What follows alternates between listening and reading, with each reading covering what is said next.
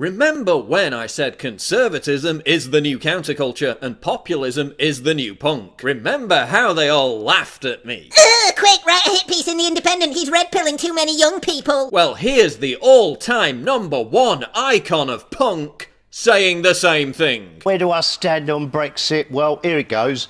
The working class have spoke, and I'm one of them, and I'm with them. How do you like them apples? How do you like them apples?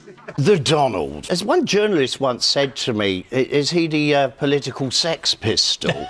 Well, in a way, in terms of but what I dislike is the left-wing media in America are trying to smear the bloke as a racist, and that's completely not true. He terrifies politicians. I mean, you live... And this is joy to behold. Right, to me. I mean, that very much is the Sex Pistols thing, anti-establishment. He is the absolutely archetypal anti-establishment character. Oh, someone inside our M25 safe space is red-pilling millions of viewers on live TV. What are we gonna do? Quick, someone call him a racist, someone censor him. And isn't it ironic?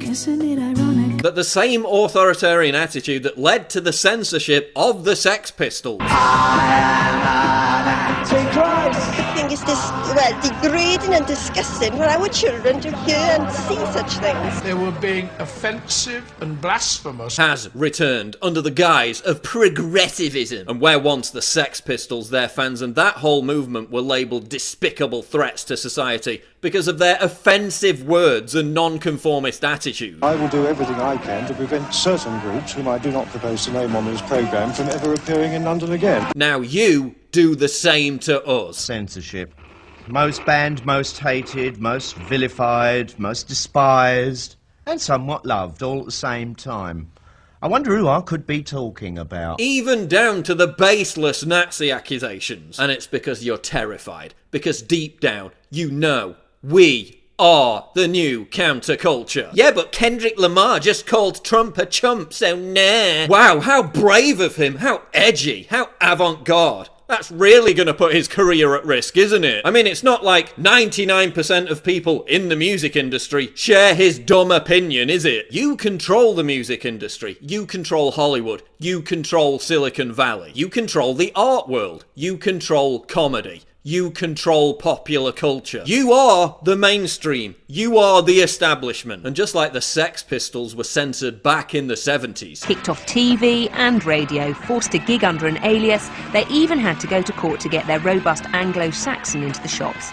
They were the all-time establishment irritant. You're now trying to censor me for daring to have a different opinion. And you're terrified. You're even terrified of frigging PewDiePie. You're the new authoritarians, you're the new Puritans, you're the new censors, and Generation Z is rejecting you for it. Censorship is not cool. Rioting and attacking people for having a different point of view is not cool. Thought policing is not cool. You lost the monopoly on cool. That's why young people are resonating with our message. That's why 39% of young people in France support Marine Le Pen. Nearly double those who support Macron. That's why more young people identify as conservatives in the UK than Labour and Lib Dem combined. Joy Villa wore a Trump dress and the next day her album shot to #1 on Amazon. I'm even red-pilling former Black Lives Matter leftists. Every other message I get is from someone in their teens or early 20s. Don't you get it yet? You can't be the dominant culture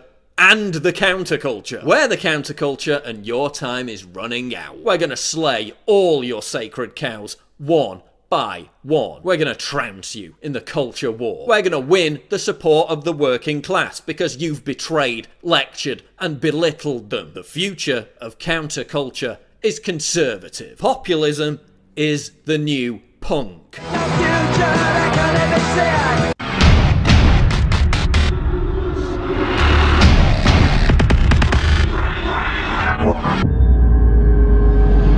Click the link below to subscribe to the channel, and for more breaking news go to Infowars.com. The Making of the President 2016, how Donald Trump orchestrated a revolution. This is the untold story of how Trump defied all the odds to win the presidency. From former Trump confidant Roger Stone, the inside scoop of how Trump rocked the establishment.